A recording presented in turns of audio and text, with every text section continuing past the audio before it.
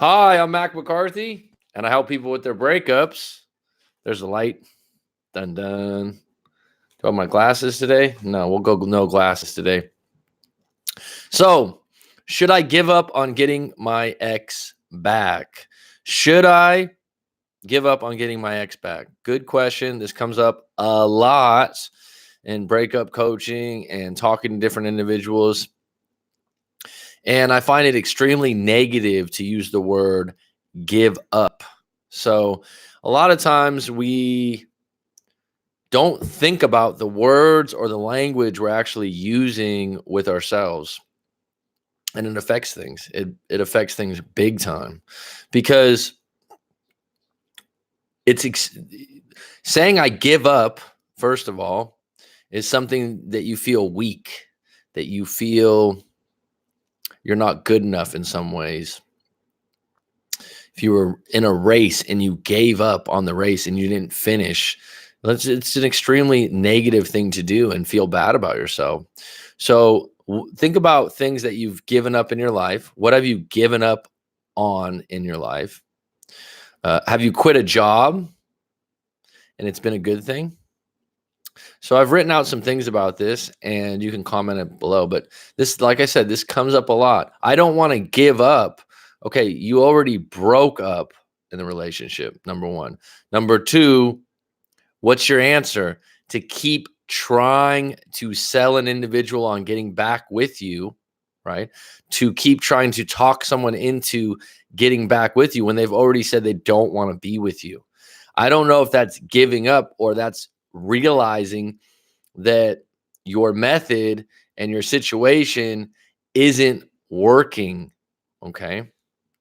And to say that you're giving up, you're not giving up when someone repeatedly tells you they do not want to be with you or they're with someone new.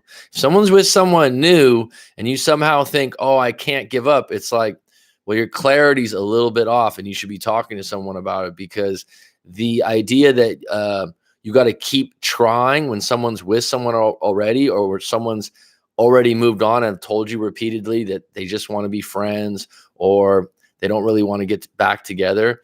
And then you just keep knocking at that door, being that annoying person. It doesn't work.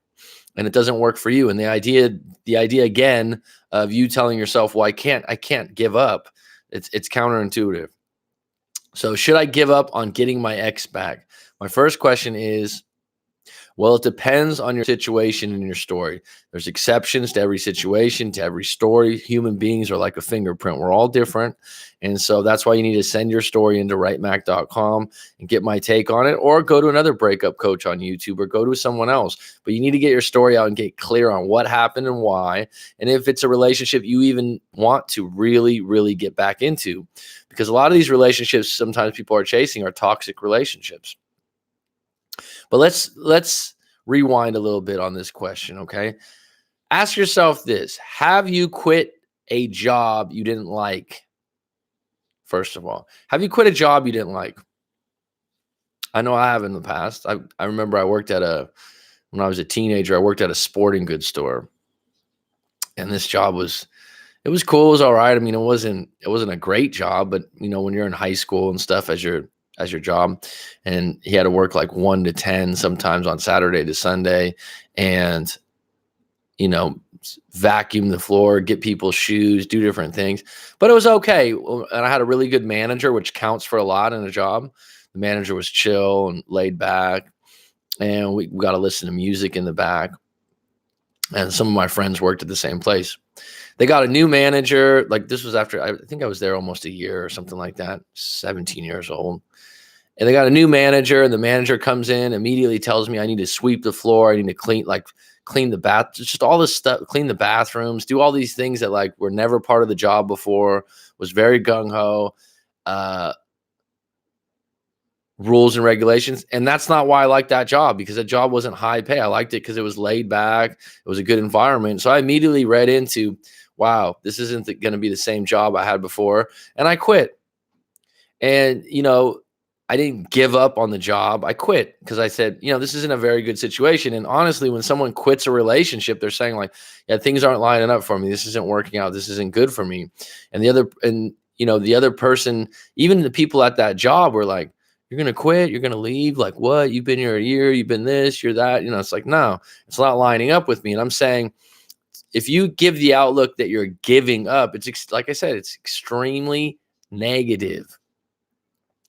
Let's switch this up. Have you been fired before from a job? They fire you. I've been fired before when I was younger. They fire you for their reasons.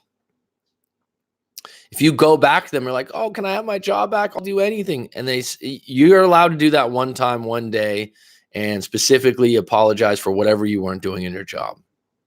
Okay. But if you go back there again and again and again, and you're like, I'm not going to give up, I'm going to get this job back, it doesn't matter, because the person's still going to believe that you're not good enough for the job, and they're not going to give you the job. So this idea that you gave up isn't the same thing. For example, let's say you have a dream to be a Hollywood actor or actress, right? This is a big dream a lot of people have, or to be a musician. And some people would say, oh, this is my dream. And they say, you know what? Finally, I had to give up that dream because I had a kid, or I had to give up that dream and grow up and realize that I just don't have the talent. But in reality, you didn't give up. You tried, you checked it out, something happened. It's not necessarily that you gave up, that you stopped, right? That you did something that was weak, because giving up feels weak. It feels wrong. It feels like you stopped giving an effort. And people have a lot of trouble with this when they're gung-ho type people that, oh, I get things done, I work my hardest, I lead with my heart, I always do things 110%. This is a big one. People, I always do things full-fledged. And then they get in a breakup. It's like, oh, I'm going to get them back. I'm going to get them back. They get obsessed. It doesn't work that way. If you're training to run a decathlon, or you're training to run a race in the Olympics, you can have 110% effort and put all that into it. Getting an X back doesn't work that way. It doesn't work that way.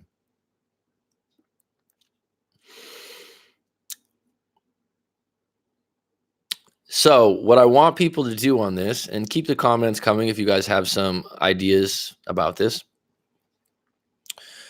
I want you to change the language if you're using the term give up. Okay. And so all this is going to be about is there's going to be 10 ways that you can change the language of saying, oh, I'm giving up on getting my ex back. And I know I've heard before people say, oh, you should fight for the relationship. That's a whole nother topic for a whole nother video. I hear this one a lot. Oh, you didn't fight for well, what relationship were you fighting for? Why would you need to fight for a relationship that was broken up? You might need to apologize for something you're doing wrong. You might need to fix a problem, but what do you need to fight for? This one always gets me. So let's just think about different ways we can change the self-talk and the language we're using when we're dealing with wanting an ex back, and the idea that you might be giving up something. So number one, I'm done with feeling sorry for myself. That would be a good place to be. Instead of saying I should give up on getting my ex back, a better place would be, you know what? I'm done. And I hear a lot of people say when they start moving on, and those were the words I used to myself when I moved on. I just went, you know what? I'm done. I'm done. And that's kind of like a solid, good feeling, strong words. And you're like, I'm done. And part of it is I'm done feeling sorry for myself. I'm done being a fucking victim. And that's empowering, because that's you on the mat and you're on the ground and you're going, you know what? No more. No bueno. No mas. I'm moving forward. I'm moving on. I'm going to get my ass off this mat, and I'm going to go on offense. Number two, I just said it. I'm not a victim. Come back to this one, because this is empowering also. This is going to help you. Again, do you want, because being a victim is someone that's like keeps trying over again, keeps apologizing, keeps telling people or your ex what you'll do for them and that you're sorry and you're this or that. They've already told you where they stand. All right. You don't have to be an asshole. You don't have to be a jerk. You don't have to be anything like that, but you don't want to be a victim, right? You don't want to be feeling sorry for yourself for too long. There's a certain area of time where you can do that for a little bit, and then you got to catch yourself and go, wait a minute. I'm a strong, confident individual that's moving forward with my life. I don't want to be this way, right? And that's a realization. You could be like that for a moment, but you don't want to be like that for a long period of time. Number three, I'm a good person and a good partner. I don't need to chase someone to make them realize that. So if you broke up and you were on pretty good terms and you honestly believe hey, I was a pretty good boyfriend. Hey, I was a pretty good girlfriend. You can honestly say that, and some people can. There's a lot of times I talk to people in live coaching sessions, and I'm like, you didn't do anything wrong here, okay? And that's really hard to swallow sometimes, but you got to hold your head up high and go, wait a minute, I'm a good partner. I don't need to chase someone to make them realize that. If they can realize that over time, good, it's a bonus. But as in being a good person, I don't need to deal with this. Number 4, I've got some things to work on in my life before I can have a better relationship. This is a big one. A lot of people have different things. They got a lot of buckets they need to fill up, and they got a lot of issues in their lives, and they got layers and layers of issues. It could be your job.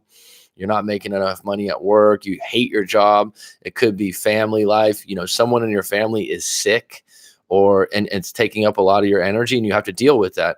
You know, I've had people before say, oh, my mom was sick and we had to move. I had to move in with my mom, and my partner didn't want to live with my mom. So it created a situation where we broke up.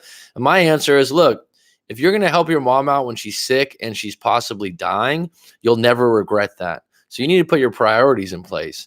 And when you have things in your life coming out of a breakup and you start taking some inventory of things you want to improve on, you have to realize, if I'm going to have a better relationship, possibly with a better partner, or get back with my ex, I need to be in a better place. And this is the time to work on this shit. Number 5, I've done the best I could to apologize and leave things on a good note. Now I accept that it's not what they're looking for. I did all I could. So a lot of times people will tell me, oh, I did this. And I'm like, well, what did you say at the end? What happened at the end? I'll go, well, that's a pretty good way to leave it, actually. So just leave it alone. Oh, I shouldn't call him. I shouldn't send another message. No, you told them how you feel. You were vulnerable. You were honest. They know that you miss them and want to revisit things. Now you got to leave it alone and accept it, right? People don't want to be told the same things 4, 5, 6 times again and again. Adults don't like being told what to do or how to do it. And if someone says, for example, if someone's a big drinker, right, and you come over to their house and it's Sunday afternoon, and they like to have cocktails at 3 p.m. because that's just how they drink. I used to have a step grandfather like this. There's nothing wrong with him. He liked his cocktails in the afternoon. And I remember I was visiting my grandmother, and like I said, he's my step grandpa. He wasn't a blood grandpa. And he's like, oh, you want to have a drink or something like that? And I said, no, it's 3 p.m. and I got to drive. It's like an hour and a half drive home from the house. You know, he's like, come on, have it. And like, no, I got to drive and everything. He wouldn't take no for an answer and accept the fact that I didn't want to drink. The more he asked, the more it kind of upset me. Like, are you listening to me? Are you listening to my reasons? I didn't go, oh yeah, okay, let me have a drink to appease you or accommodate you. It's more like, are you listening to me? And when you're with your ex and your ex says something to you, are you listening to what they're saying? If your ex says, I'm with someone new now and I'm really happy, that fucking hurts. It's bad. It's tough. But the remedy for that is for you not to let me try harder, or I'm just going to give up. No, the remedy is, you know what? I'm done feeling sorry for myself, or I've done the best I could to apologize and leave things on a good note. Now I accept that it's not what they're looking for. Number 6, I left it on a good note. They know I still love them and they know how to find me. If they don't, it's okay. I'll live. Let me say that one again, because this is a good one. I left it on a good note. They know I still love them. They know how to find me. If they don't, it's okay. I'll live. And you might need to repeat this to yourself a few times. Number 7, have I gotten over an ex before? Ask yourself the question instead of saying, oh, I'm going to give up. Have I gotten through an ex before? Oh, okay. Yes, that's right. I'll be okay. Number 8, let's be honest. This is a big one. Instead of saying, oh, I don't want to give up on the relationship, let's be honest. This was a bad relationship and it wasn't changing anytime soon. Number 9, instead of saying, should I give up on my breakup? This breakup had to happen to improve my life. I've already seen other areas of my life that I can improve on. Number 10, I'm going to live single life. I'm going to give single life a chance. Single life's actually good. A lot of people like being single. A lot of people embrace it. You have to give it a chance. So we got 6 on deck. Thanks for the likes, folks. Mary, how are you? You had some good news. I'll respond to that email. Mary had a live coaching yesterday. It went really well. Good evening, coach. Shasa Queen 19. That's an incredible name. There's a difference between giving up and facing reality. Great point, Shisa Queen 19. There is a difference, right? And sometimes you can't get reality without unpacking your story and really going through it with some people. Eric G, I gave up on a job due to having inferences of the wage. Exactly. You had a problem. You didn't like it. So you said, all right, this isn't working for me. And you quit. I wouldn't call that giving up, right? You're not giving up on something that's not working for you. Giving up, like I said before, let's say you were in a race. I remember when I was a kid, we had like a track team. It was a 7th or 8th grade. And, you had 400 meters and different things. And this is like amateur stuff, right? It's not even high school yet. But there was a kid I remember that just gave up on the race. Oh, like his shoelace came untied. You fucking finished the race, right? When you have an ex, you're not giving up pursuing them, right? Because at a certain point, the race already ended, right? You're just not in touch with the fact that this person is not on the same wavelength. Bernice Muir, the Kiwi, how are you? Go All Blacks. I think you guys are ranked number 2 for the first time in a long time. My friend from Wales is ecstatic, but he said New Zealand's still the best rugby team in the world. Is that true? New Zealand's definitely on my list, Bernice. I'd love to go to New Zealand. I've heard nothing but good things. True. Once the relationship ended, the ex's friend said, if I truly loved her, I would have fought for her to get her back. I hear this narrative a lot. And I have to know your story to know what happened. I think if there's marriage and kids involved and you're not being a good father, but the idea of fighting for something in a relationship, I just don't like that use of language. And I'm not saying that people are getting physical, but I just don't like the way that is. What does someone have? If someone said that to me, what's your definition of fighting for the relationship? What's your definition of that would be my question. I love I'm done with, I'm done. Just wish you'd wake up tomorrow still feeling I'm done. It's not easy. It's not something, but I know that there's a time when a lot of people just go, I'm done. And when that time comes, it's like, fuck, it hurts. You feel bad. Something happens or you just get tired of it. You get tired of feeling sorry for yourself. You get tired of going over these things. I gave up after July, just trying to get over it now. Yeah. Instead of saying I gave up, you could say I moved on. Much more positive. Your language with yourself counts, folks. It does. Maybe you're like, oh, that's cheesy or it's an affirmation. If you're in that wavelength or you're in that, you can say whatever you want. You can twist it a little bit. You can say, I'm fucking moving on. Whatever language you want to use. But to give the idea I gave up, it just makes you feel weak, right? If you ever played a sport in your life, I used to love to play basketball. I played in a lot of leagues. I played in middle school for years, right? I would never like give up during the game, right? I wouldn't give up. I'd lost a lot of games. I got some guy that beat me, going to the hoop or something like that, but I didn't give up on the play. And if you watch sports, you're like, damn, that guy just gave up on the game or gave up on that. It's like the lowest thing you can do. If you're in a breakup and your ex is not responsive, you're not giving up. You're facing reality and you're going like, actually, it's a really brave and noble thing to go, you know what? I'm not running into a brick wall 50 times again because that doesn't feel better. I'm moving on. I'm moving forward. I'm going to become a confident individual because I have confidence in myself and I've been here before. I love these positive affirmations. Well, thank you. Let me know which one's your favorite and let me know if you want me to mention one again. I use the word move on instead of giving up. Good. It's just a much better way to look at things. It feels better to say, yeah, I'm moving on. I'm moving forward. Or it feels better to say, I'm done. I'm not a victim than to say, oh, I don't want to give up. I'll fight for love, but I won't compete for love. There's a difference. That's an interesting statement, Mary. Okay. I mean, how do you fight for a relationship though? That's an interesting thing. If you've had a relationship before, what does it mean to fight for the relationship? That's my thing. Maybe you come up with a good definition. Mac, do I need to apologize for my actions? I don't know what your actions were. That's me. I didn't do anything wrong from my heart. I was really good girlfriend, but yeah, I guess it is what it is. Hun, if you were really, go back to the one I just said here. This is the one for you. I'm a good person and a good partner. I'm a good person and a good girlfriend. I don't need to chase someone to make them realize that. Okay. Another one. I've done the best I could to apologize and leave things on a good note. Now I have to accept that it's not what they were looking for. I did all I could. Okay. But deep down, right?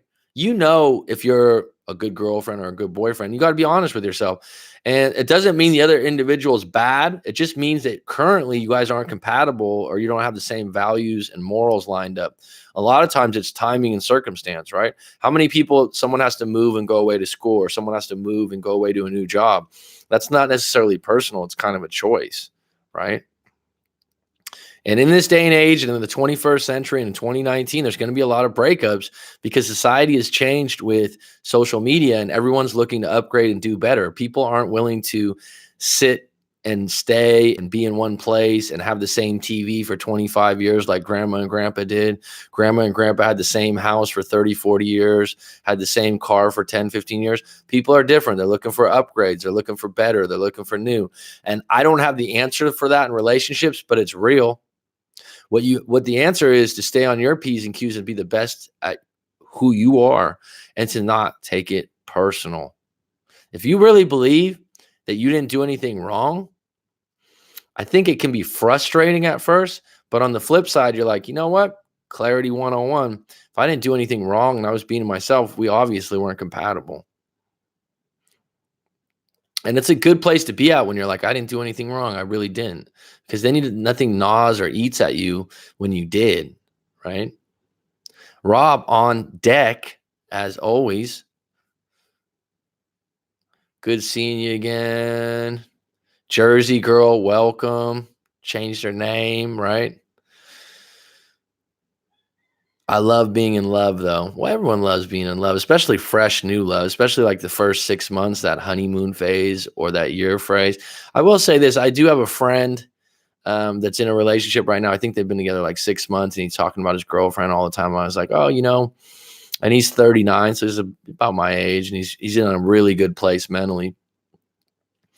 And I was like, well, it's just the honeymoon phase. He's like, Mac, I don't think it's the honeymoon phase. He goes, I know what you mean by that, but he goes, I'm going to continue this kind of love and this kind of joy and all this stuff. And at first I was like, yeah, okay. And then I'm like, you know what? Good for fucking you. Make it there are couples out there that like, you're like, damn, you guys are still in love after 20, 25 years. I mean, they're out there, they're having a good time. They're in love.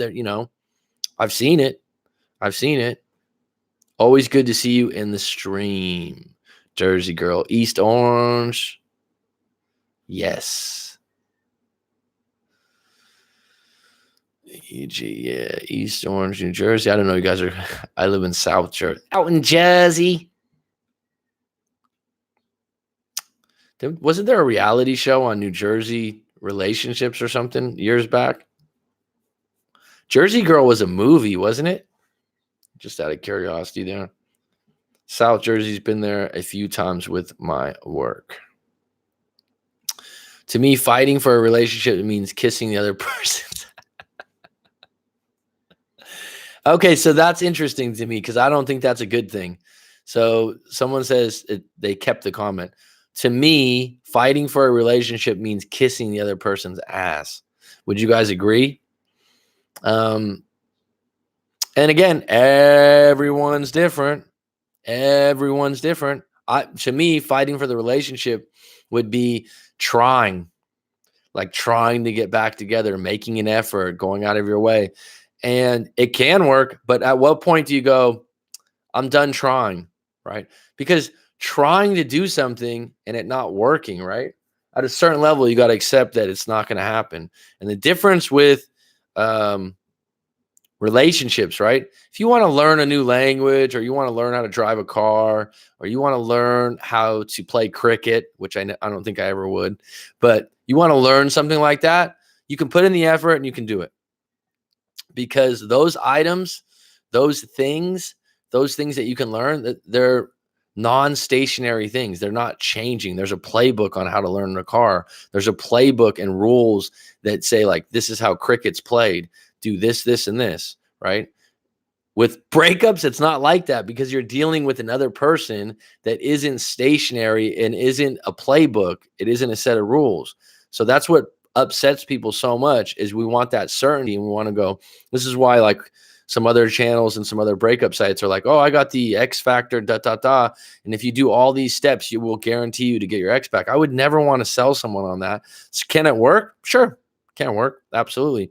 But the reality is, the best way to go is to heal, get some self-worth, get some confidence, and pivot and go, wait a minute, this is an opportunity for me to be a fucking better person. Let me really take a look at who I am and what I'm doing right now, where I'm at. Do I like my job? Is there some things I really want to learn more about? Do I want to travel a little bit more? Do I want to go fishing more often? And just take some inventory of those things you have control over. Because the one thing you don't have control over is getting your ex back, and it'll drive you fucking nuts. What do you do, Rob? Rob attends live streams daily. He's a professional live stream, not giving. I work with the telecom tech industry. That's a pretty broad answer. Means. I don't know what you mean there, Mary. Do I need to apologize for my lack of communication in the relationship?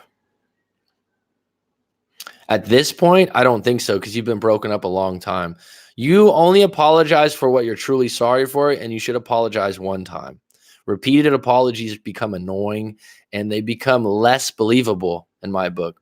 You know, there's a certain art and honesty to a good apology, right? A good apology is honest, it's direct, it's done. Someone apologizing over and over again shows shame and guilt, and it actually kind of shows that you're not forgiving yourself, and it can become pathetic. Awesome. Afternoon from the Tazzy Devil. Very windy one, actually. I'm out walking and getting blown away. Right on, Dylan. Good to hear from you, buddy. Coach Mac McCarthy, what up, my dude? I'm still out here, and no need for the milk carton. Just dropping in to say what's up. Hope all is well with you and all the regulars here. Right on, Nike. I hope your brother's doing well with his breakup. I remember you telling me that he had a first love breakup. That's tough, man. I hope he's doing well. I know that you're able to probably help him out quite a bit. Matt A. I think I know this, Matt. We had a live coaching recently that went really well. Good for you to drop in, bud. I hope you're doing well. I will respond fully to your recent email. And Mary also, who sent an email to me after our live coaching session. What if you both did wrong, but you can't get over it like she did? Good question, Brian Union. BU. Well, for what you did wrong, I would need to know. So if you wrote your story and sent it in, I could give you more of a tailored response. But you got to find a way to forgive yourself first. And whether she gets over it is her prerogative. That's on her. That the fact that you both did something wrong and she let it go further, how do you know that? How do you know that she got over it because she got with someone else? You're assuming that you know what she's thinking and feeling. And a lot of times this isn't going to serve you long term, because even if she tells you, yeah, I'm over it, deep down inside, if you had a pretty good relationship, she's probably not over it. She's probably just masking things. But the main thing is, Brian, if you guys are broken up, you need to find a way to forgive yourself also. If you've already said sorry and apologize, that's probably the best thing you can do, and leave it alone. You're like, all right, I said sorry. I moved on. If let's put it this way, and people are going to go, oh, that's not the same thing. Let's say you're in a restaurant and you knock over a glass, right? You're having a glass of beer or something like that, and you knock it over. Right. So people have done this before. If you've lived long enough, you knocked over a glass or a plate, and the waitress comes over, and what do you say? I'm sorry. Because you feel bad because they got to clean up your fucking mess. Some people that are really caring, right, would be like, oh, they would help the person pick up the glass and whatnot. And the person would say, oh, no, it's okay. But at a certain level, you're not going to walk out of there and go, oh my God, I can't believe I knocked over the glass. I can't believe I knocked over the glass. No, because you said sorry. You already said sorry. You said sorry. You did something wrong. You caused the person trouble. You caused a little bit of emotion there, but you said sorry up front. You're not going to pant over it. The reason why you're not forgiving yourself is because the result of you saying sorry, you feel like the other individual didn't forgive you because you didn't get back together. In reality, if you guys both did something wrong and you weren't able to reconcile, you probably don't have a lot of trust in the relationship, and that's what broke you up. Yep, no better time to make changes than after a breakup. That's gospel right there, Jersey girl Jen. JGJ. Jersey Shore on MTV. Yeah, that's an old one, huh? Do you think that depicted people from Jersey well or bad? Was that a negative spin on Jersey people, or was that realistic? But that was a bunch of drunk young people partying all the time with a Jersey accent, right? I want to make things work with the last guy I dated, but he isn't putting in any effort with me. Okay, well, then you can't force an individual to put effort in with you. And the best way to get his attention is actually take away your attention. And if that doesn't work, then the individual, it was never going to work. But by you making yourself an option anytime, any place, always available, that there's not a lot of value there. So you need to be scarce. You need to show him that you're able to move on. And if the stars line up for him and he starts to miss you, then that's when he'll contact you. If he doesn't, then you'll know.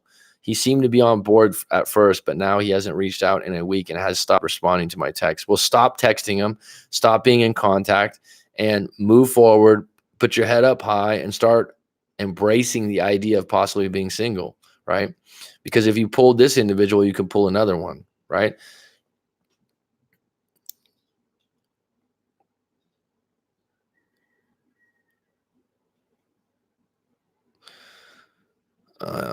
I just started reading and working in the book called The Self-Confidence Workbook. Seems to be helping. Okay. I'm not aware of that book, but if that's a book that works for you, good. Robert, Mr. Roberts, partially motivated this topic for this live stream, buddy, because you were asking me when to give up. And I wanted to get at the core of this. People would overlook the fact, when is it time to give up? No, it's time to give up the statement, I'm giving up, because it's extremely negative. You asked what fighting is. Yeah, okay, I haven't apologized yet. She blocked me once and she broke up with me. What's holding you back from apologizing? Fighting for the relationship means not giving up. Mary, stop. That is so like you, too. After having a live coaching session, you have an answer for everything. Jen, I read that one. Okay. I'm on chapter 5. Did it help? Good questions. If I had a chance to get my ex back, I'd take it. She's my first love. Well, here's the thing. This is counterintuitive. You don't want to be in a situation where you're like, oh, I wish I had a chance to get them back, as if it's some kind of luck that just flows from the air. You need to put yourself in a position that if they called you back, here's the other thing. Let's say what's the definition of a chance of getting your ex back? So your ex calls you out of the blue, right? I think Nike One had a situation like this, similar. He hasn't talked to his ex in 3 or 4 years. I think it was 2 to 3 years. Calls him out of the blue. Here's the thing, though. It's a surprise. It's a bonus. He doesn't even know if he wants to revisit things with this individual because he's doing really well right now on his own. And he worked on himself and he read some books and he took some inventory of his life. And he's like, wait a minute, I don't need this ex back. I don't need to get this chance. And if we do go out for a couple drinks or dinner, I don't really have high expectations because I got other plates spinning. I got other things going on and I'm in a really good place mentally. So when that call does come, or that quote unquote chance, it's not like, oh my, this is the only chance I have. I better make it good. No, it's not a chance. It's like, oh shit, my ex called me up. That surprised me. You're just kind of like, oh, what should I do with this? Oh, that's cool. Yeah, I'd like to hook up maybe again and maybe have a chat and this and that. And you're not really attached to it. And that's where you want to be.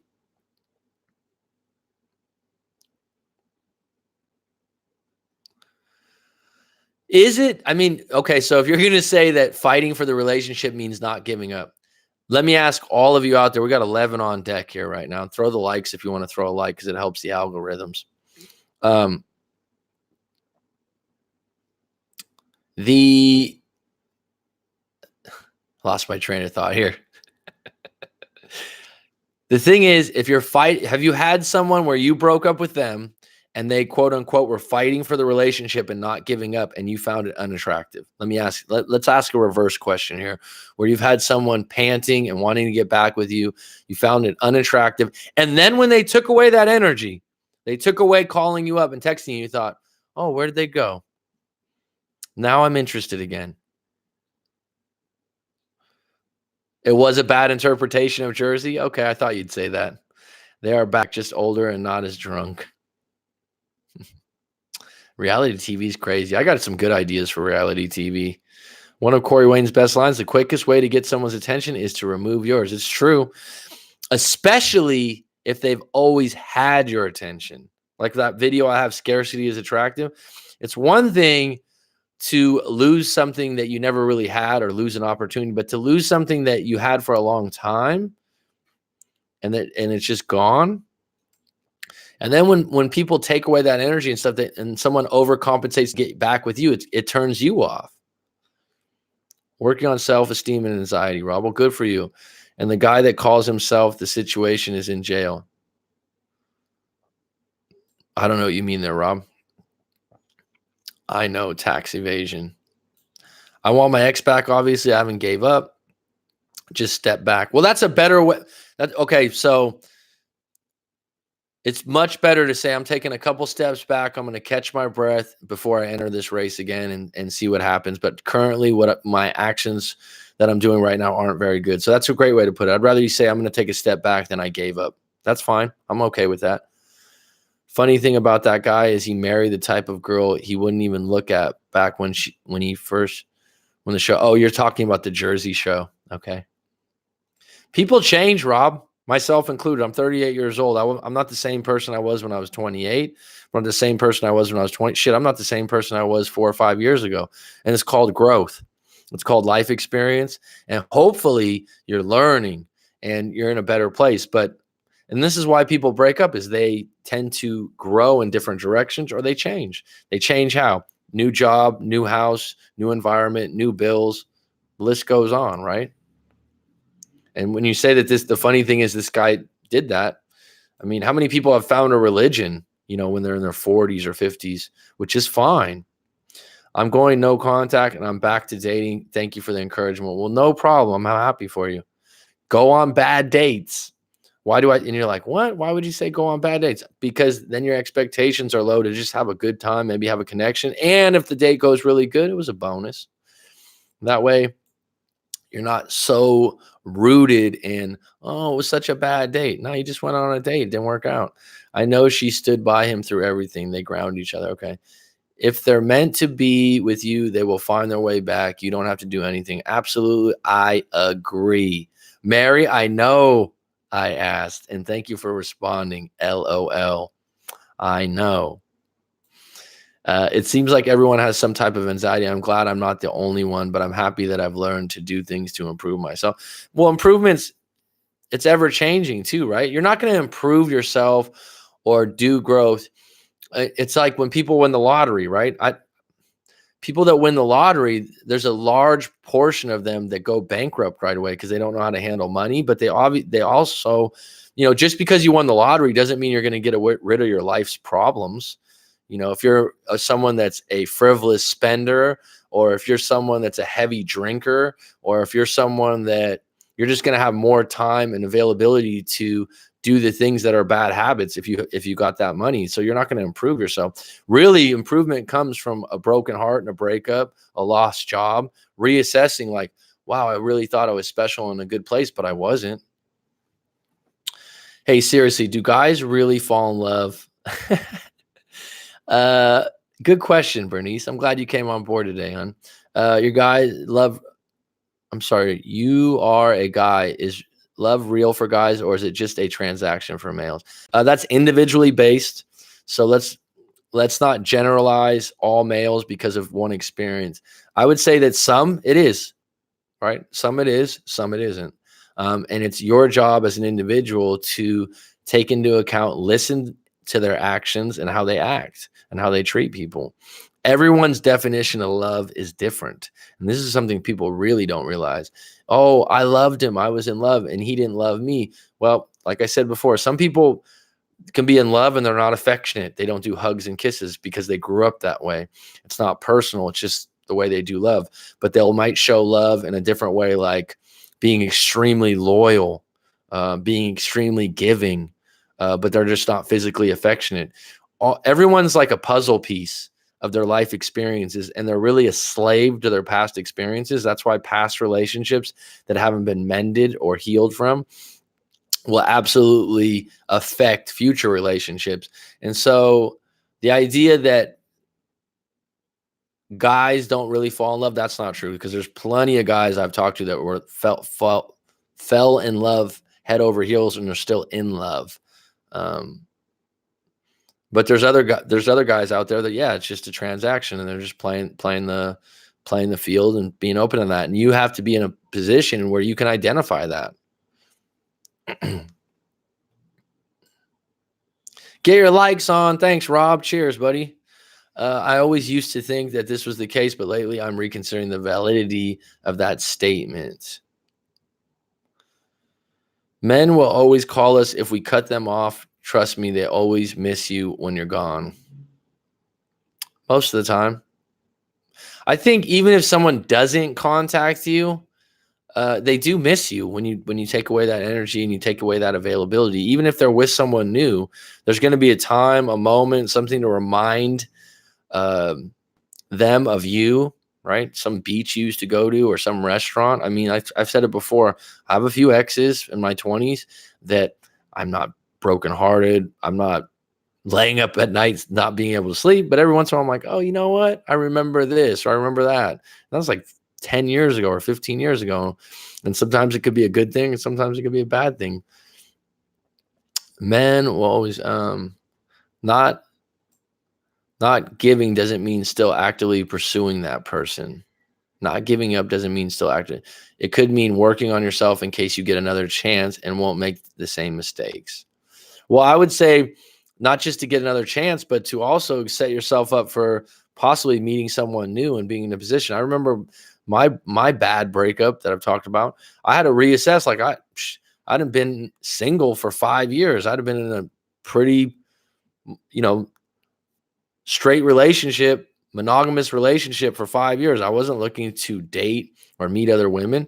And so being single all of a sudden, again, it was like, wow, I got to reassess, like, going out and dating and meeting new women. And because if you're with someone for 5 years and you live with them, you kind of learn one person. When you start dating, you got to learn new people all the time. And that's where it gets uncomfortable sometimes. Thank you. I'm not calling him and not dating other men. Good for you. Guys do fall in love, Bernice. Good for you. Robert can attest. Robert's a lover, not a fighter. He's a good guy. We've done a live coaching before. No, we've done a few actually. But yeah, guys do fall in love. Guys do not believe in love, right?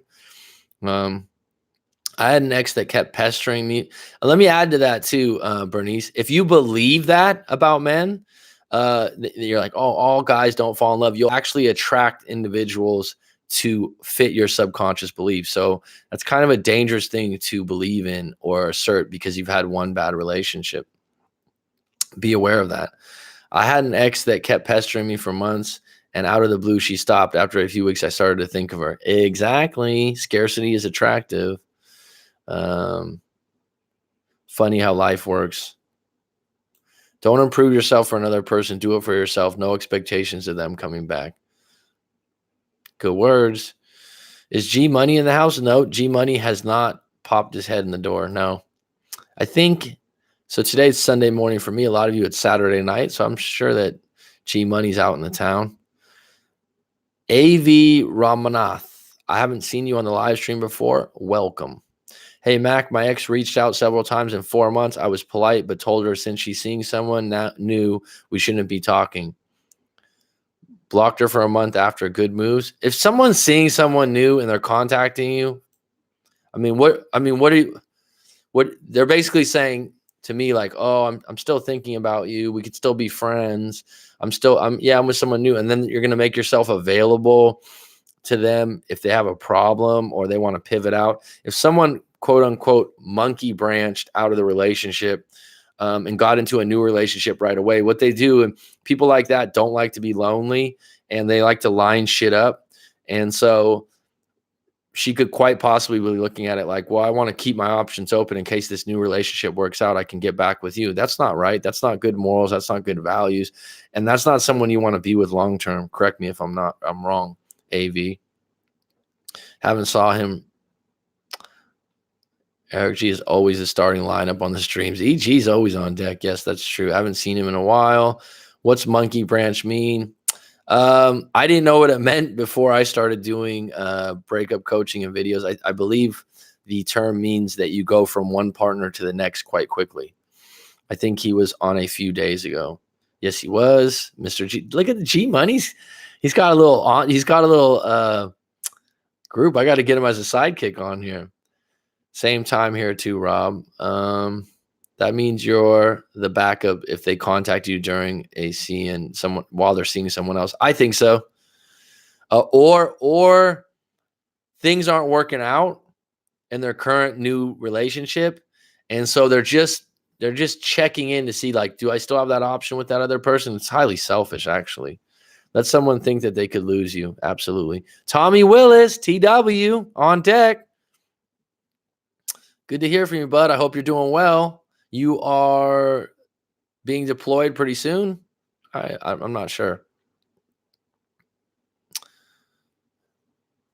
This is great how you guys support each other. I'm really proud and happy that this, even though our live stream is small, that you guys get to talk and help each other out and build a little tribe here. This is cool. This is one of the benefits of not having 100 people on the live stream, right? And I'm able to remember who I'm talking to. So this is a privilege, guys.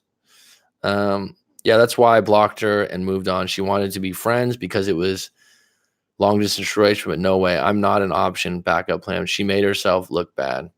So you agree with blocking, right? Oh, absolutely. If she's in a new relationship, clarity 101, it's done. It's curtains for now. You're not going to be, even if you're friends or long distance relationship, unless you know, some people, when they break up out of a long distance thing, it was over a while ago, and you can honestly be like, yeah, we can just stay in contact, no expectation. I've actually had that happen.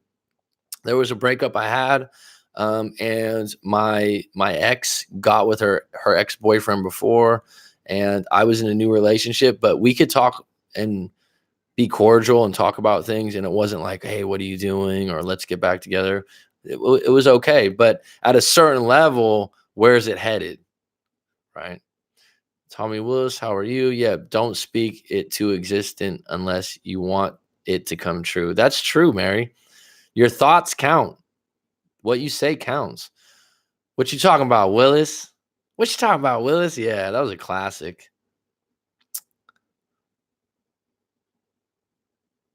You must get that a lot with that name, though. I meant that comes up a lot. I told you before, I used to have a buddy with the last name Willis. And this is my first time in the live stream, but I watch your vids. Well, thanks, AV. Thanks for supporting the channel, but I appreciate it. If you ever want to send your story in, feel free to. Or if you want to book a live coaching session, there's about 2 or 3 people that have done a coaching session with me, maybe 4. I can't tell right now, that are on this live stream right now. So if you're thinking about doing that, I think that all of them had a pretty good experience, or I know that they did because they told me. Everyone on here is good. That's good. Well, that's a reflection of you, Jersey girl, because you can recognize good people, right? What's up, boss man? Jay-Z? You were in Kyle's stream, I think. I saw you. Okay. Does an ex have to initiate to hang out, or do you have to do so first? You can absolutely initiate first with an ex, but you just got to know that you're in a really good place to accept if they don't want to meet up, where you're not like, why don't you want to see me? Is there another time? I certainly would say that no contact for most people is the best option. And it's a much better feeling when they contact you than when you're contacting them, because it puts you in the driver's seat. You can initiate. It just depends on your circumstances. in my book. But overall, the majority, it's better not to. But if I hear your story and your individual case, there's been a few times where I'm like, at this point, if you really want to initiate, you can. Doing well. I know you were kind of a mess the last time I saw you on here. If people break up 2 or 3 times, would something serious ever work? As in marriage, there must be something deeper that's not making the relationship work. What do you think? Well, first of all, what were the breakups over in those 2 or 3 times? Is it the same problem over and over again? Second of all, how many, if you broke up 2 or 3 times, was that in 1 year? Was that in 2 years? That makes a difference, Robert. But my short answer, if you broke up 2 or 3 times, I would say marriage is probably not a good thing to get into. The odds would be against you guys having a long marriage if you've already broke up 2 or 3 times. If each time you broke up, it was different or small things and you fixed those items. But I would have to guess that the 2 or 3 times that you broke up were similar situations. There must be something deeper that's not making the relationship work. What do you think? Well, you'd only know what that deeper thing is. And probably you know what it is, but you keep pushing it to the side. But if you get married, then it's going to become a marriage isn't going to take away the problems that you already have. It's actually going to make it worse, and you're going to feel more trapped.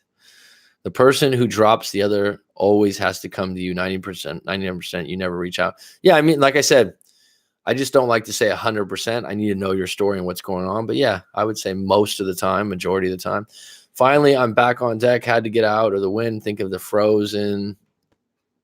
Hope I haven't missed much. No, you haven't. I like to think I'm a good judge in character. Well, good. I like to think I am too.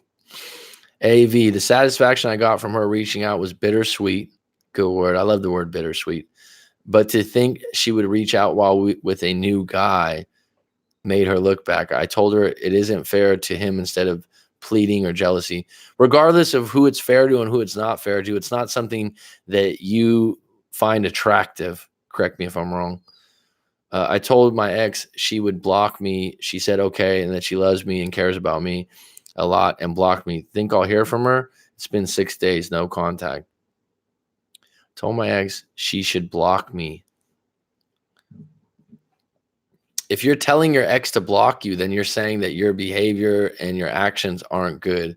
And you're saying that I need you to put up that wall for us to have no contact. In your particular situation, Tommy, it's probably the best thing to do for you right now.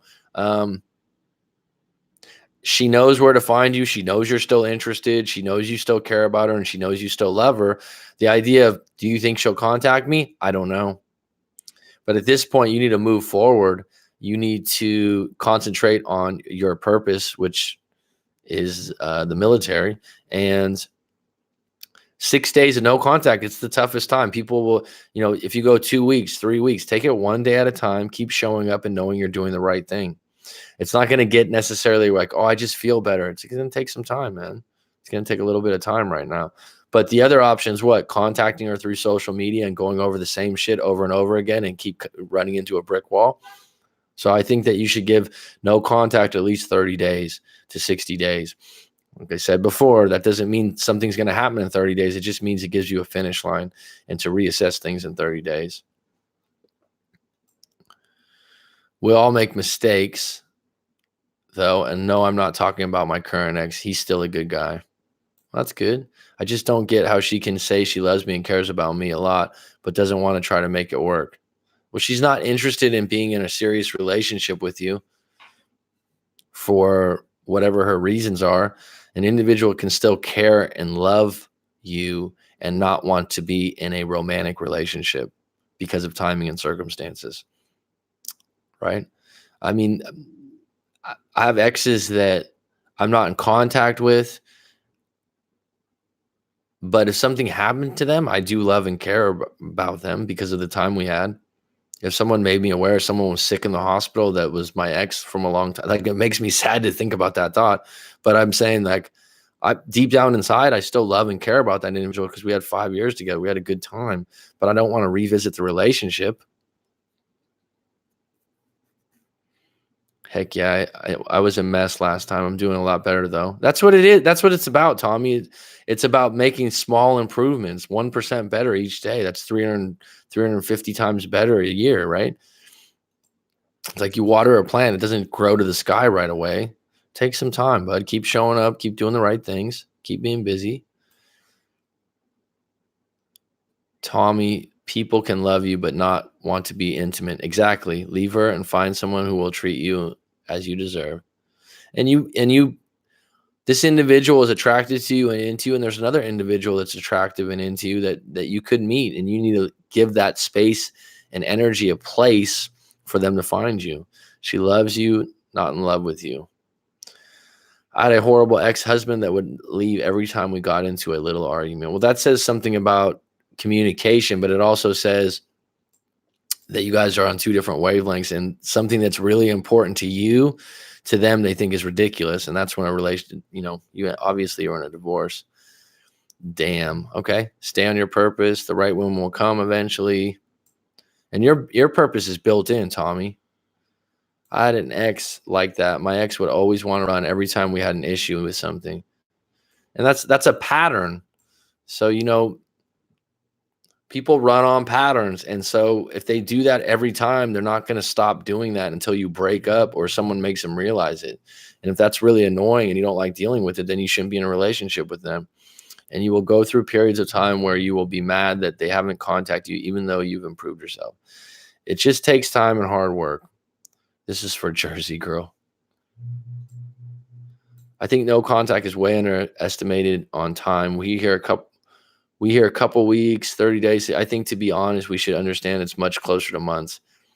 When I say 30 days or 60 days, to be clear, Jay-Z, I'm not saying that it's going to work or get your ex back or do something. I'm just saying for you to commit to it, because people get really negative and sad and upset to think, oh, I'm going to go into no contact, and it's going to, because everyone wants to know, when are they coming back? They want some deadline. It doesn't work that way. So instead of going, you'll never know when they come back, if they come back, I go, instead of that, concentrate on the practice of being in no contact, and then just set yourself up your own 30-day finish line. And then in 30 days, do another 30 days and see where you're at. But yeah, 6 months, 7 months, 8 months. The idea is the longer you're in no contact, the more you're realizing that you're okay as an individual. And if that individual, if that ex comes back, it's just a bonus. You are right. It's not attractive. If she reaches out to me while with him, that means she would do that to me in reverse. Absolutely, AV. I wouldn't find it attractive at all. Robert, I was married to him and have 2 kids with him. I work with a men's group, and it's draining, and come here to refill my tank, but can say, if the hundreds I've dealt with, it's with it way longer than we want to expect. Well, you got to get rid of expectations and take it day by day. It's really difficult to have a relationship with someone who leaves each time something happens. Then don't have a relationship with them. It's not fair to you, and they're not changing their habits. A lot of times you just deal with it on the spot instead of when you have a breakup and you can unpack, and you're like, wait a minute, do I want to deal with that all the time? Yes, no contact is very much underestimated. Sometimes more time than less is actually better. You should block her. Mary's. If you think she won't reach out, remember that it took 10 months for her to reach in my case. Yep, he finally let me for one of his exes after 9 years together. I filed for divorce, though. Best decision ever. I like best decision ever. That's good verbiage. Sometimes, so even though it hurt and he made the decision for you, it probably had to happen for the breakup to happen and for you to get into a better place, because you won't want another 9 years with an individual like that. If someone can go weeks and months without contacting you, then you should never take them back. Then don't respect you or value you enough. That's up to the individual. That's up to the individual situation. So if you end the relationship without bitterness, there's a lot of breakups that have to do with long distance. There's a lot of breakups that have to do with someone after leaving for a job. So those particular people, if they didn't contact you, that's up to you as an individual. Mary, we are on good terms for the most part. AV, sometimes you just need the time apart to figure things out. That's absolutely true. And it's not going to, when you need time to figure things out, it's not going to happen in the first week or 2 weeks. Let me add this to this, because we're talking about how long no contact takes. It's probably going to start bubbling up about a month, 2 months, 3 months later, that you're starting to like, yeah, I really would like to do this with my life, or I'd really like to do that with my life, or I'd really like to have this kind of a partner in the future. The first 2 weeks, all you can think about is plugging the hole of loneliness. Kind of a weird statement out of nowhere. Plugging the hole of loneliness. Jersey Go, I'm sorry you're going through a divorce. I hope your kids are taking it okay. Well, that's kind of you, bud. The pain we feel drives and motivates us if we let it. Yeah, you can turn it into motivation.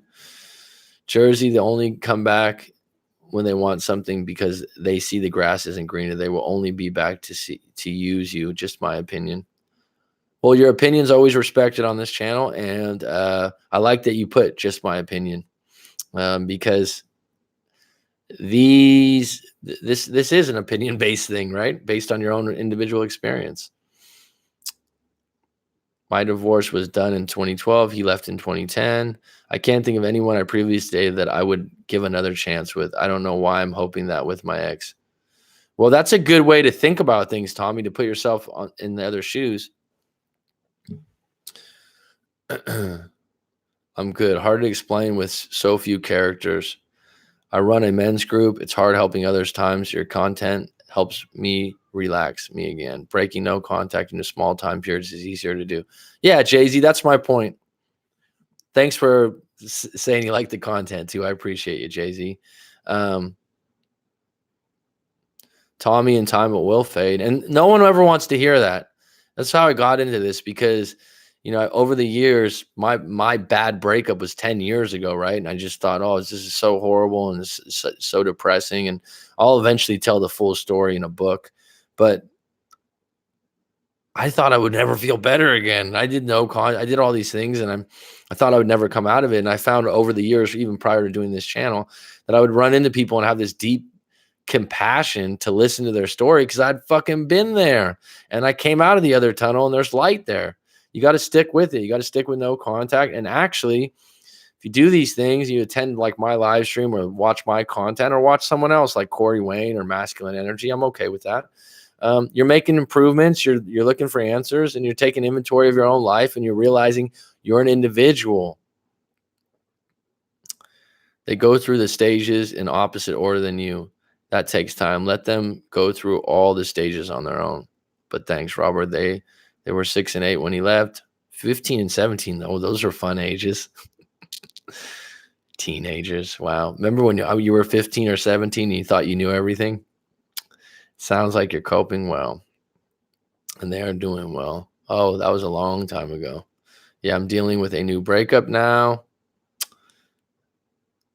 Okay, did you know about the no contact and other things before the read? Yeah, Tommy, I used to feel the same way until now with my current ex.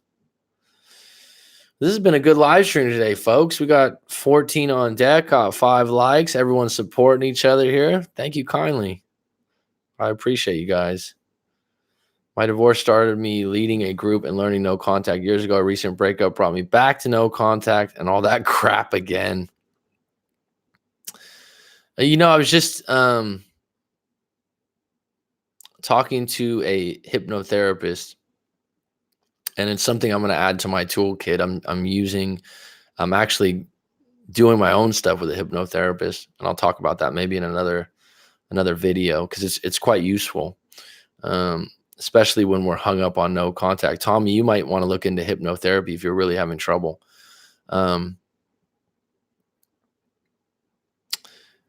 And she was talking about that there's just, with dating apps and the way dating goes now, that there'll be more breakups than ever before.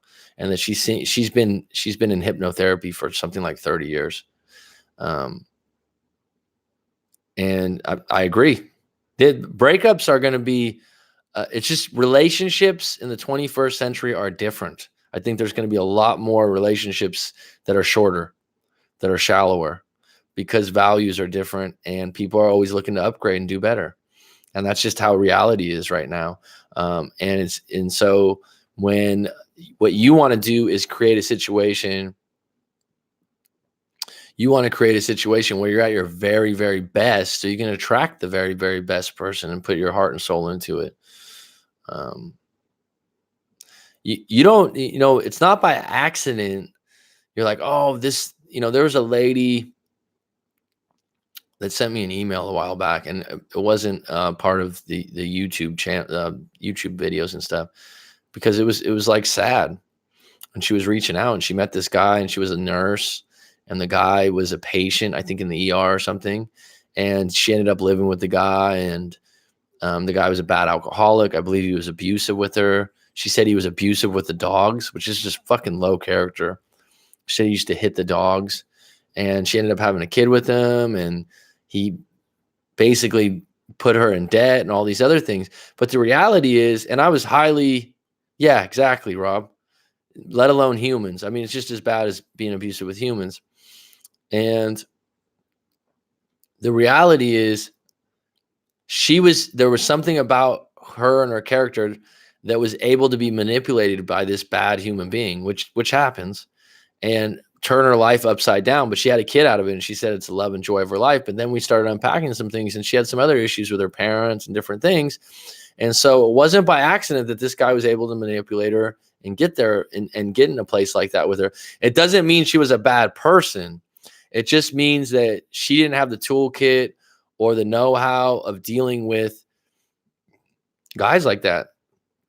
And so she was easily attracted or booby trapped into a bad relationship with an individual that she felt like she had to stay with, and she couldn't leave. And all the things she was mentioning about this guy were horrible, right? Like you said, abusing dogs. She's like, and he kicks the dogs. It's like, what the fuck? Who does that, right? Talk about a red flag. What scenarios?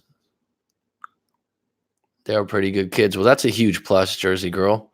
If everything else goes wrong, that's a big reflection of you too. So if you got good kids, that's a huge reflection of you as a parent, as an individual person. You have good values. And being a teacher for years, there's so many people that think like, oh, the teachers did this wrong. Your parents have a big responsibility, man, how their kids turn out. What scenarios would you want people to get their ex back? What do I want? I don't understand what you mean by that question, Tommy. I mean, that could be endless, the scenarios. The best scenario, if you're in no contact, is they contact you back, they realize that they miss you, and you restart a new relationship. And whatever happened in the past, you guys are able to forgive each other. That would probably be most ideal. You're not calling up someone to tell them what you're pissed about from before. You're basically saying, let's revisit this thing. I realized that I really missed you. And the other person is able to meet them halfway. And then you're able to start a new relationship based on new values, because the other one was, the other one was a disaster, most likely. They behave well and do well in school, no smoking, and they go to school and come home and do their homework. 17 and 15, and they're like that. Good for you. How do you know? I'm not sure. I would just think you can pop up to the screen and press. I can't press my own like. I can't like myself. Hypergamy at work. Hypergamy is it's cultural too. It depends on the culture you live in. No, I didn't, Tommy. I just started learning in the beginning of May. Abusive with dogs. I know, Rob. It is terrible. It's like you read something like that and you're just like, I stayed in contact with her for a little while, and she eventually left the guy. And I was like, if you ever need to contact me on, I'm here for you. She's actually in Poland. People from around the world is random, huh? Tommy, I'm just saying, if she went MIA on you, then I would burn that bridge so she can't cross it ever again. Mary's a little ruthless sometimes. It was fun talking to you, Mary. Breakups are getting faster, and many times kids are suffering. I came in as almost a stepdad, and now I'm gone. Doing little research, this has happened like 5 times in 7 years to the kids. Well, that's not necessarily you then. That's a reflection of the mom in a lot of ways. But you gotta be more cognizant and aware of who you're attracting and why. But also come back to what I said, earlier with this one. I'm a good person and a good partner. I don't need to chase someone to make them realize that. In fact, I'll go through these really quick. Ways to change the theme or language. Should I give up on getting my ex back? So these are just ideas if you guys came late, of reframing how you're looking at things in the breakup. Number one, and this is self-talk. Instead of saying, "Oh, I don't want to give up on the relationship," or I don't want them to not be able to talk to me again. Number one, I'm done with feeling sorry for myself. Number two, I'm not a victim. Number three, I'm a good person and a good partner. I don't need to chase someone to make them realize that. Number four, I've got some things to work on in my life before I can have a better relationship. Number five, I've done the best I could to apologize and leave things on a good note. Now I have to accept that it's not what they're looking for. I did all I could. That's a good one. Number six, I left it on a good note. They know I still love them and they know how to find me. If they don't, it's okay. I'll live.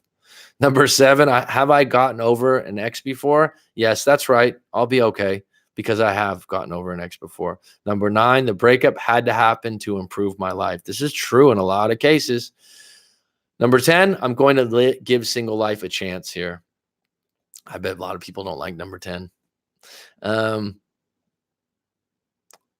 People that can't respect animals have deep issues. I mean, you know what's funny about that, Rob? Because we love our dogs and cats. I agree.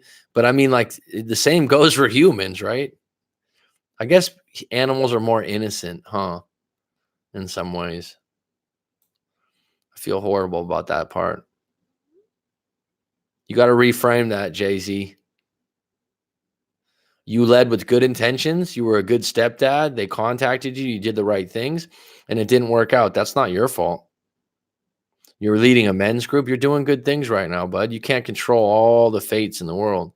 You don't have to like animals, but being violent toward them is just unacceptable. I agree. I agree, bud. Gotcha, Mary. Tommy's got it. Why would they hold back? Breakups suck for everyone. Yeah, they do. But we still got to deal with them, right? So pretty much because of this, because of this world we live in now in social media, et cetera, relationships are not going to last, are they? You might as well go into it knowing it not forevermore.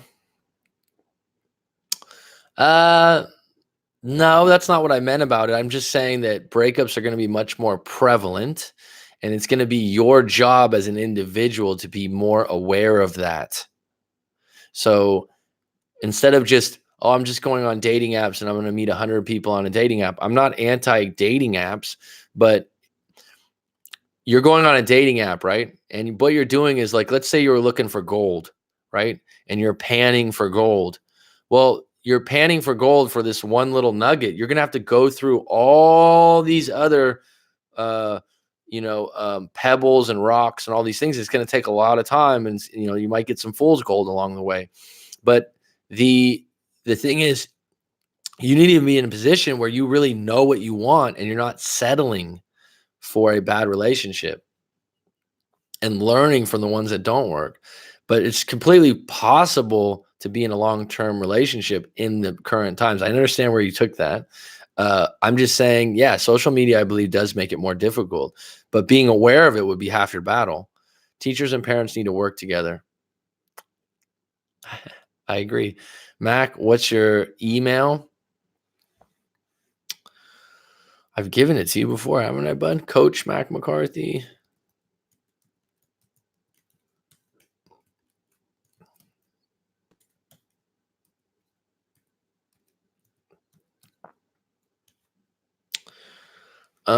Sometimes I feel like I self-sabotage my own relationship. My anxiety gets to me and I begin to make little mistakes because I don't know how to express myself in a way women can listen without getting mad. Well, first of all, realizing that is a good thing, because this takes you breaking up to kind of take inventory of that and take a step back. Good book for that is, I've told you about books, Robert. I don't know if you've read them. No More Mr. Nice Guy by Robert Glover. A client of mine that I just had a live coaching with, he's going to be we're going to probably do a coaching package, which I don't offer to everyone, where we can do 5, and it's a little bit of a discount if you buy 5 at one time. But I can tell he's he's going to be a good student. He's going to actually do some of the things I tell him, because sometimes, oh yeah, I saw the books that you sent me and this and that. Like I'm a teacher, right? And if you were going to go to university, at the core of all university is the material they give you, right? So I could sit here and write a book, which I probably will in the near future, and I can put some materials together, and I'm working on that, putting together some different things. But if I talk to you for an hour and a half, I'm extremely well read. I've read a lot of different books. I can go, oh, this book would suit you down to the boots. Take a look at this book. This is a body of work someone put together for your situation. And sometimes I'm like, yeah, and then someone, oh, yeah, okay. If you don't like reading, now we have the option of listening to an audio book. But this book for you, Robert, no more, Mr.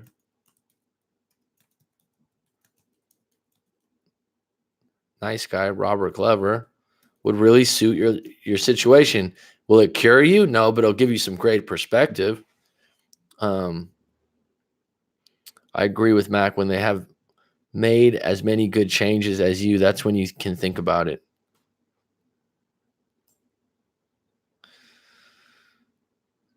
Don't make me cry, Mac. Why would I make you cry, Mary? Why would I make you cry? Come on. Being too honest gets me in trouble at times. What would make you cry? Rob, tell Mary what hypergamy means, please. Being too honest gets me in trouble at times. No, don't create honesty as a negative thing. I've done that in the past when I was in my 20s. I was like, oh, being unhonest is better to do than dealing with the consequences. You're a good person, Robert. I know you from our live coaching sessions. I think it's best for you to lead with honesty, because you've gotten in trouble before from not being honest. I'm about 2 minutes behind live. I'm in the field and my service is terrible. You're in the field right now? What the hell? Would be awesome for those points to be in the description. Okay, Jay-Z. I'll put those down. You liked them? Okay, bud. I'll make a note of that. I just ship. I just upload. I'm not very good with the descriptions and that. I got to work on that, Jay-Z. Thank you for making that comment. I'll put that down there. Those are pretty cool. Good points, Mac. All on point. Thank you. And the points are, this isn't groundbreaking material. You can come up with your own, but you really have to be your own coach. I do it myself. Like me talking to that hypnotherapist earlier today, I got some stuff I'm working on, because I'm not above. I got a coach that I talk to that does book reviews and I have a lot of respect for, and he helps me out with how to make this better, how to make better videos and do different things with the business side of this, because that's not a lane that I'm very familiar with. My point is, I'm not above getting coaching. I'm not above getting advice. But you do, when you're in a really good place, you're able to redirect negative self-talk. And I don't want you to get woo-woo, but those kind of statements that I just gave you are completely compatible with where a lot of you are at. And they're not over the top, unbelievable. Oh, thanks, Jersey girl. Judy Jag, except when you get older, you know that there may be potentially a lot of options, but a great match is hard to find. You know what? It's yeah, like I said, with gold, if you're panning for gold, it's going to take some time. The best thing you could do to be prepared for that match is to be a really good place mentally, be really happy with yourself. That starts with your body. So getting in good shape starts with your mental, starts with your not the opposite sex. That's why I always recommend these different books. So in order for you to attract the best person for you, you really need to be in the best place. And when you're single, you can reassess that. A book would be awesome. Yeah, I'm working on it. I got a lot of stuff.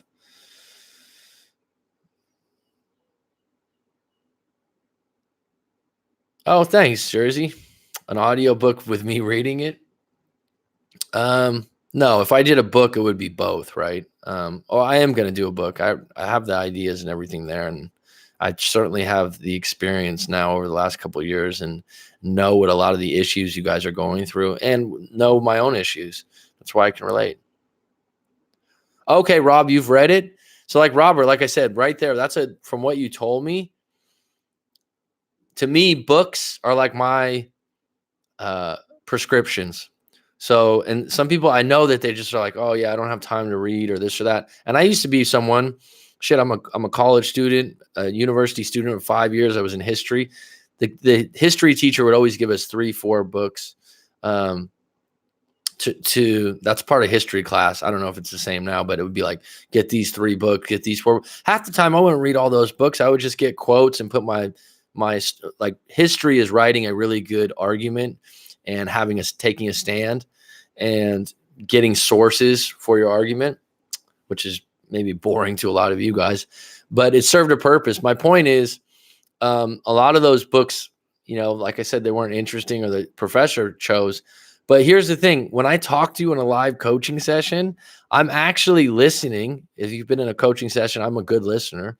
And I'm thinking to myself, ooh, this would be a really good book for you, as in a prescription. Like, this book would actually help you for your individual situation. And I would say half the people probably don't follow up. I've had people contact me literally like 2 weeks later, like, oh, fuck, this book is outstanding. It's not that the book is so outstanding. It's that the book suits you and your problems.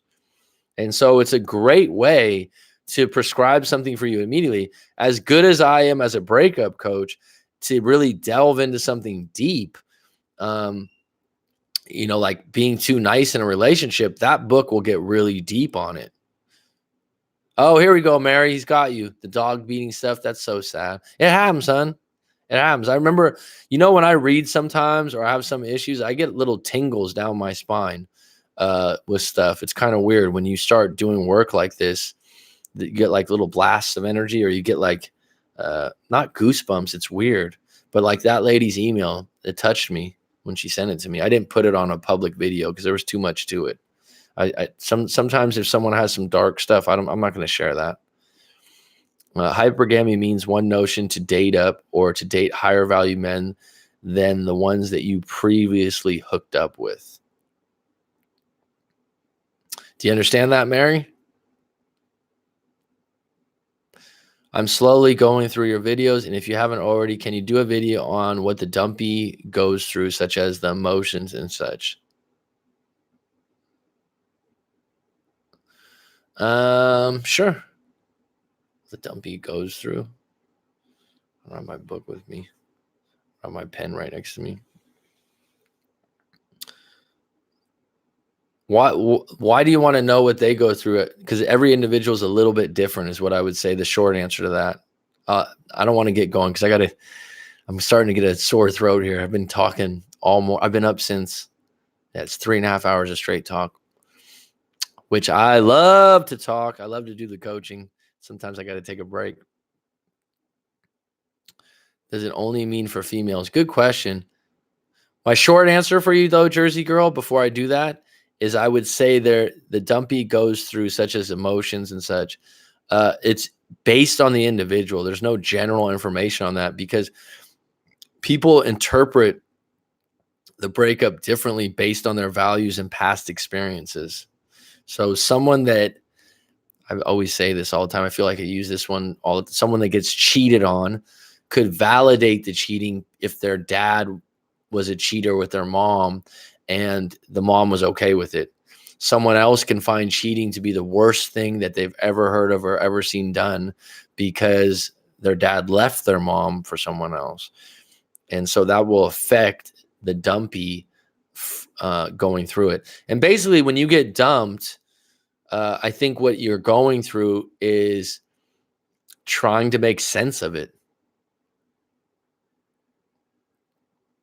I believe hypergamy is considered female only.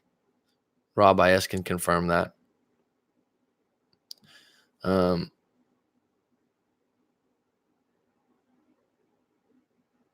Dating higher value men than the ones it's typically focused on females and their desire to constantly be moving up the ladder. No, not every male does it, but that's kind of the generalization. Yeah, I would agree with Jay-Z. What I would say, if people are able to have a drastic change in their life, and this usually is from a job or a career. So an example, and I've seen this example numerous times actually, and I read about it in a book before. Medical school. Let's say someone's going to medical school. Someone's in medical school. It's a lot of schooling. I think it's like 8 years to be a doctor or whatnot. Specifically what doctor, I don't know. And they have a girlfriend throughout that time or most of the time.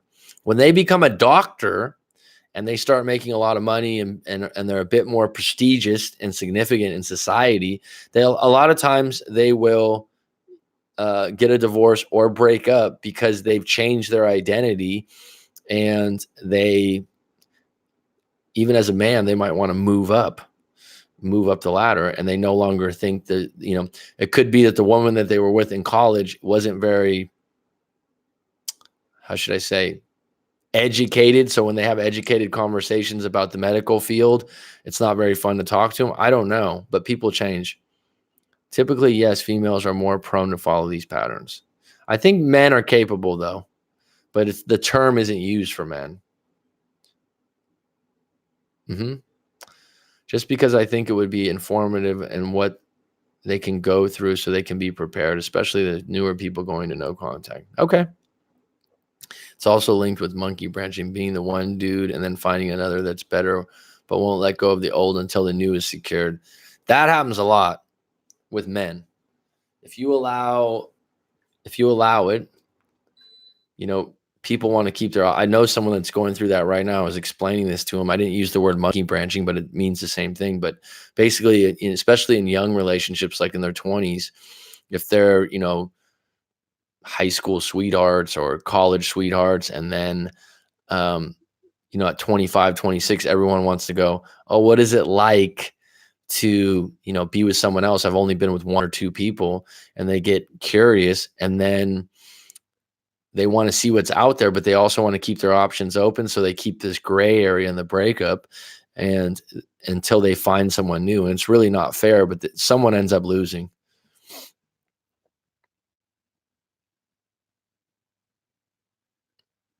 Oh, this has been good today, guys. It's been steady. This is, I guess, a good time for you. I thought it was a little late for some people, but I think men do it with pretty good. Men can do it too. Okay, here's the thing. If a man goes from making 50 grand a year to $800,000 a year, his options are going to change. And someone, oh yeah, that's not true. That it is true. If a guy goes from making music in his garage to becoming Drake, the hip hop artist, his options are going to change, and he's going to move up the ladder, right? And for women, if they are in a position where their, attractiveness, maybe they have surgery done. You might know someone like this. They have some kind of surgery done, and they start getting a lot more attention because of that surgery. They're probably going to be able to pull a more. Saying all this, I mean, everyone's attracted to different things, but generally, as women get older, they are attracted to security. Yeah, different, but kind of linked. Well, I don't know. When you have great attraction, chemistry, and strong connection, who gives a shit where they are on the ladder? I agree, Judy Jack. That's the right answer. I agree with you. This is one of those things that's from studies that have been done and different things. But I like studies and I like ideas of these and these concepts, but they're not absolutes. They're not absolutes. And that's the thing when people follow like science and all that stuff. These are studies based on 1,000 people or 10,000 people or this or that, not the world. I should be doing at least a YouTube video with you this week. I want to start small and work my way up. Just waiting on my new debit card. I haven't forgotten. I should be doing at least a YouTube video with you this week. What do you mean? What do you mean by doing at least a YouTube video? You want to do a coaching session, or you want me to do a private response? Like I'm not going to a married guy for his body. I'm going to marry him for his money. But what's wrong with that? I don't have a problem with that. Be honest with it. If you're looking for someone that makes a lot of money and that's what you're attracted to, well, be honest. A lot of times you won't be happy long term if that's your primary attraction thing, because generally women that lead with searching for a guy that's very rich, if the guy knows that, then he looks at you as almost an employee in a lot of ways. This is what I've seen. You get treated different. You don't get treated as an equal. If you come into the relationship not providing a lot other than high level of attraction, I don't think you should marry someone for their looks or wealth. It should be about the feelings you have for them and attraction and such. It should be a mixture of things. It should be a mix of things. Yeah, should be. Attraction's the lure, right, Judy Jack? You should marry a guy because you actually love him and like him for who he is as a person. Exactly, Robert. I won't say, though, that you, especially when you get in your 30s and 40s, that you care about someone's career and how much income they bring in, right? I mean, right. I base it like good conversations, good connection, good commonalities. You both like to go fishing, or you both like art, or you both like music. These things add up. The more time you spend together, you have things that you like doing together. I'm a man. I don't want a woman that wants me for my money. I'd tell that woman to get out of here. It's out there. It's part of reality. That's for sure. Like, look at the internet now with YouTube and everything like that. It's like with this business right now, I want to make money, right? I want to make money and help people at the same time. But the level of like these videos that are out, like this successful people that get interviewed that are worth like $200 million, $100 million, $50 million. And they're like, oh, the ultra successful, this and that. Let me hear about this dude's body of work as an individual, charity wise. Does he donate to anyone? I mean, like, to me, it's a little, I don't mind that you made all that money and you're doing well for yourself. I used to have a problem with it because I just thought it was unacceptably unfair to society overall that someone's a billionaire and someone else is sick and not eating.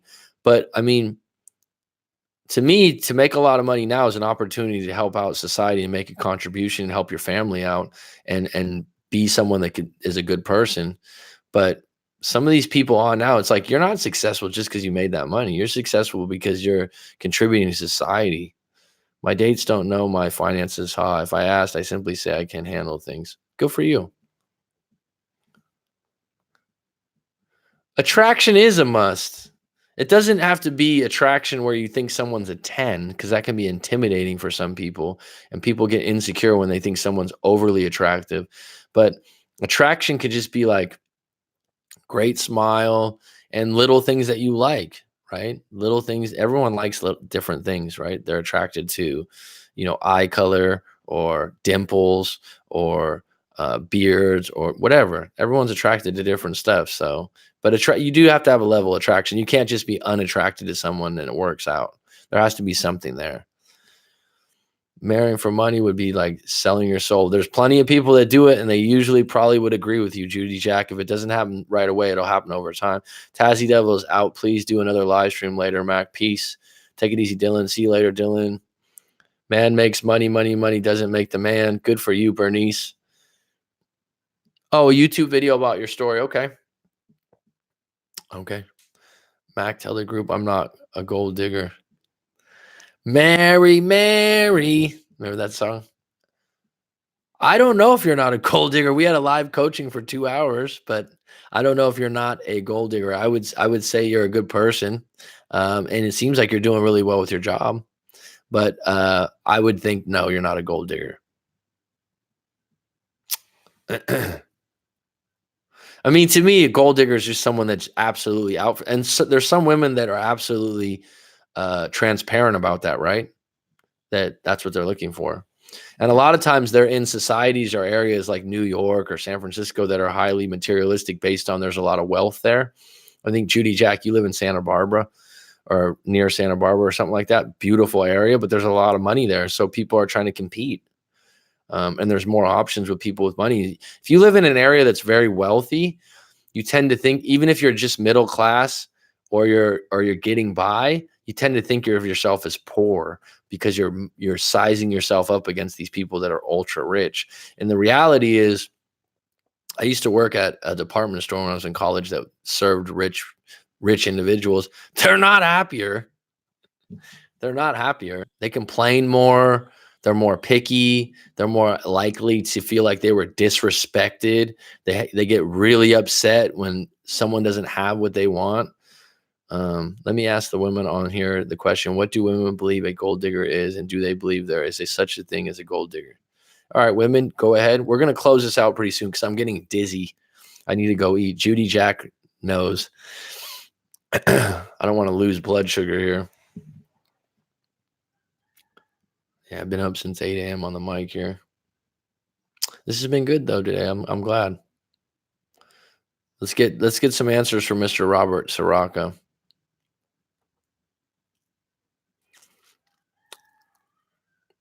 What do women believe a gold digger is? Someone that's out for money. And yes, there absolutely is such thing as a gold digger.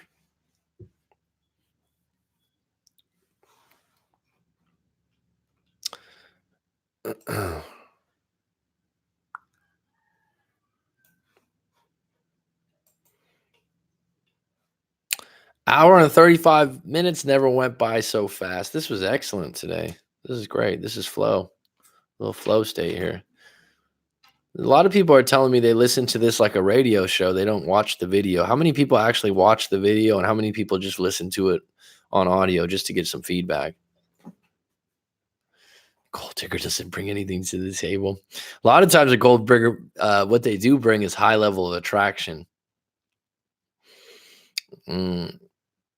A high level, they're highly attracted. They really care about their appearance and really put a lot of effort into their appearance. And a lot of men that are big money, they have a big Ferrari, they have a big Mercedes, they have a big house, so they would want a highly attractive trophy type woman also. Female that wants a man for what they can give them materialistically. And yes, I do believe they exist. Yeah, they're just out in the plain public. I think they exist more often in certain environments where there's more money because people compete. Don't forget to work on that description, points, web address, and all the good stuff. What do you mean web address? Jay-Z? What do I bring to the table? Brought this table. I brought this table. Good for you, Mary. Someone that puts money and importance over values, attraction, and happiness. Peace.